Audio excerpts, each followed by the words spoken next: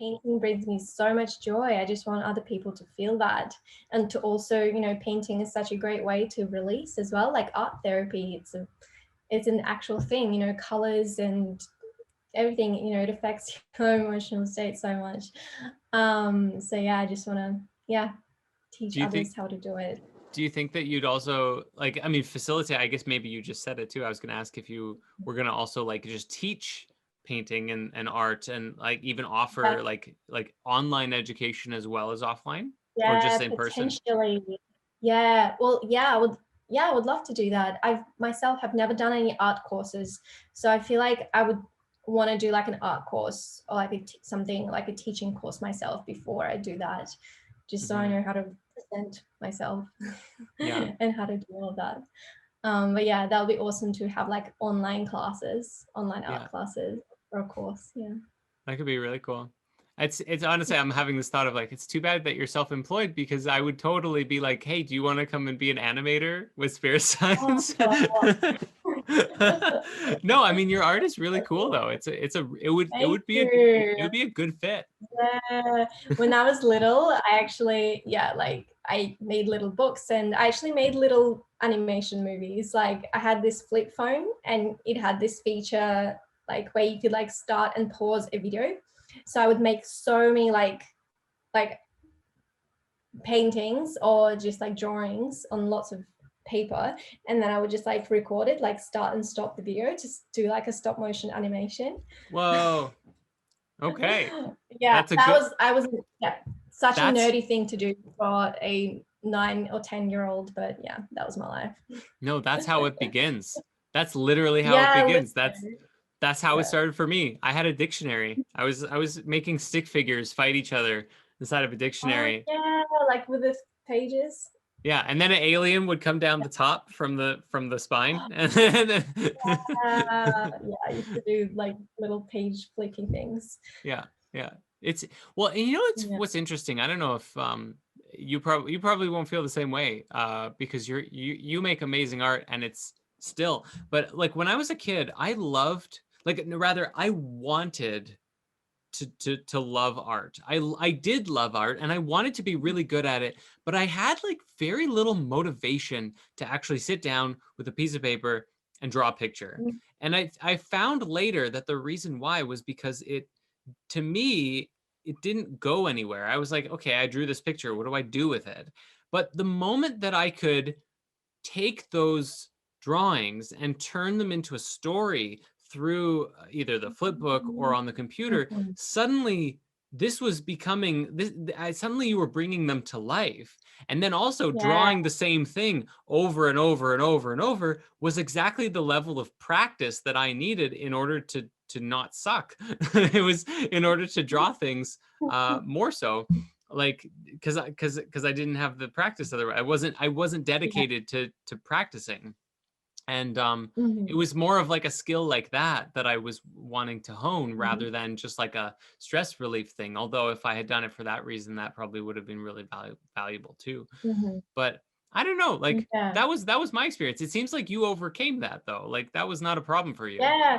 Well, yeah, the reason why I loved making books so much when I was little is because I also felt like just a single image doesn't have as much purpose. It needed to be more of a story. Yeah. Mm. So I was obsessed with making little books. Like I would just paint and write and like illustrate my own stories, write like little magical stories and like staple the pages together. Like yeah, I wrote about like Atlantis and fairies and like everything, like pretty much doing the same thing now, honestly. Yeah, but it was like more of a purpose thing for me as well. Like it needed to be more meaningful. Uh-huh. I'm curious, Yeah, to be important. have you ever thought about taking like because I assume you still have a lot of those old books, right? Yes, I do. They're all in Russian though. Well, that's cool. I mean, Yeah. yeah, that's cool. But I'm wondering, have you ever thought about like taking some of your old books or maybe your favorite one or a couple of your favorite ones and then like redoing them today, almost the same, but also completely new with new awareness and new energy and new stuff? Is that a thing that could I happen? mean, a lot has changed. I was 10 and now I'm Well, 24. I that's don't know fair. if I would have the same life philosophy. That's only 14 years. That's not that bad. Yeah. The reason I ask is because, and this isn't as much of a gap, but when I Mhm, was 19, wait, 20, 19 or 20, probably 20, mhm, mhm, I got a blank tarot deck, and I didn't know mm, anything about tarot. And I like just for, I don't know what compelled me to buy a blank tarot deck. I really have, like, I went into a metaphysical store for the mm, first time. like It blank, was it was no it, yeah, it was just white. Every single card was white, and it was just 78 white cards. But it was a blank tarot deck, because it wasn't like 52. It was like the number in a tarot deck. And mm, so mm, I got that, and for some reason I was just like drawn to it, and I felt like they had like 1,000 other tarot decks. I didn't know anything about tarot, and I went with the blank one because then I was like, I'll just make it myself because this is so confusing. I don't know which one to get. This is a mess. So I'll mhm, just screw it. I'll just make my own. And I never even end up really finishing it, but I got more than halfway, and it was like this important part of my journey. And then, like, 8 years later, I made Patch Tarot, which is like these guys, which in mm. some subtle ways did borrow certain aspects of the original drawings, but also completely, Wow, right. And very yeah, specifically, the two of discs is the exact same image between the original mm, version and the new edition, which I don't have on the wall. But yeah, that was sort of a feeling of like, I just maybe pass the idea to you of like, you could take this original book if it's about Atlantis or something, and you could do like an yeah, entirely new thing, but like inspired by the original, and then like have like one yeah. or two drawings, something that stands out, like more remade more directly, but like Yeah, new, that's not a bad idea. Yeah, I feel like sometimes your past self has this intuition about what your future self will do, but it's like so subconscious, like you don't think about it in the moment. But Hmm. yeah, but like whatever you're doing now, you're kind of preparing for the future without like, it can be something completely random, but it might come up in the future. Yeah, I feel like that's been like happening like throughout my whole life, like doing like little random things. And then I don't know, 5 years later being like, I'm so glad I did that thing because now I can use that knowledge.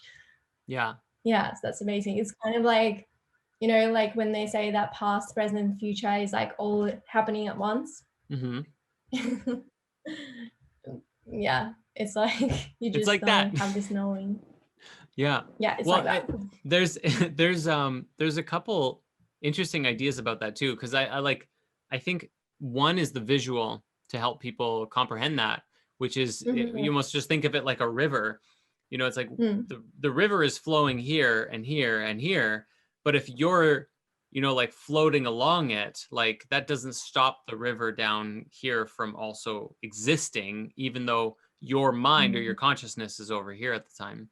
And then Mm. and then this is also even to take things in a more quantum crazy kind of realm. There's there's a group called quantum gravity research, who are basically studying quantum gravity and trying to like make sense of it and using all the sacred geometry. But their research and experiments are showing that particles seem to move like at a subatomic or a quantum level, can move backwards and forwards in time effortlessly in all directions. Basically, it's like it's not like time, even though we experience it linearly, the fabric of existence does not. So there's this question of like, could you be communicating with yourself from the future, giving yourself information back to the past right now, exactly the way that you described, Yeah. is like you having these thoughts could be what inspired in the future. It could be what inspired Exactly. the past version Yeah. of you. Yeah. Maybe your inspiration, your idea is actually being passed down from your future self. Yeah, I would not be surprised. Yeah. Hmm. Like, yeah, nothing really makes sense in this universe, but at the same time, everything makes sense. It's one of those things where in the no, not the Hermetica, the Kabbalion, one of the principles is about polarity and says that all paradoxes can be reconciled. So even if it's like you know, either two belief systems today that seem to be opposing each other, or something, yeah, a little bit more cosmic that just like it doesn't make Mhm. sense. That it's like a cosmic paradox of time travel has always been one of those ones in movies and pop culture and stuff that is always just like, you know, not ever fully resonant or making sense. Like, do you start a new time stream, or are you affecting this timeline, or are there many different timelines?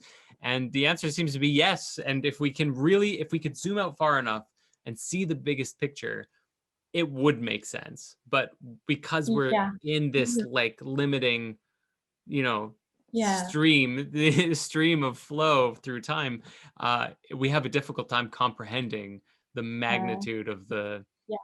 I definitely believe in that.